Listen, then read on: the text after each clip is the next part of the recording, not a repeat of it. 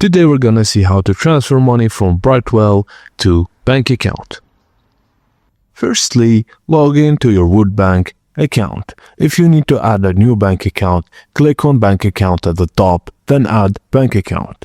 Choose the country where the beneficiary bank is located, then click next. Choose the currency that you want the money to be received in. Just an important note, if you are sending USD to a foreign bank, then you are likely be charged additional fees from the beneficiary or intermediary bank between $30 to $50 per transfer.